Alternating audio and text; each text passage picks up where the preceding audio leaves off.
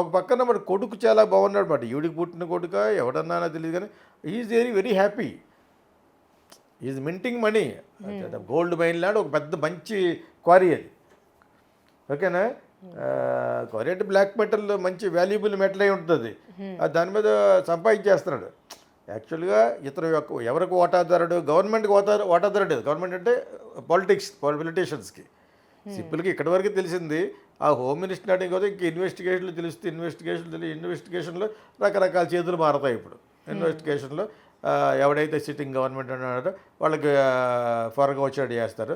దీన్ని వచ్చి ruling party BJP కాబట్టి వాళ్ళు వీళ్ళ మీద వచ్చేటట్టుగా కేసు తిప్పుతారు సిబిఐని వాడుకుని. ఇదే జరగబోయేది. ఆవిడ కూతురుతో కలిసి చంపేసిన వెంటనే ఇంకొక పోలీసులకు ఫోన్ చేసి చెప్పింది నేనే చంపేశాను ఒక మానిస్టర్ని అంది. ఇంకా అందుకంటే ఏంటి ఇందులో పెద్ద కేసు మాట్లాడుకుంటా కూడా ఇవ్వలేదు. I kill my husband my husband అనలేదు, మానిస్టర్ ఒక రాక్షసుని చంపాను అంది. ఇంక అందులో ఏముంటుంది?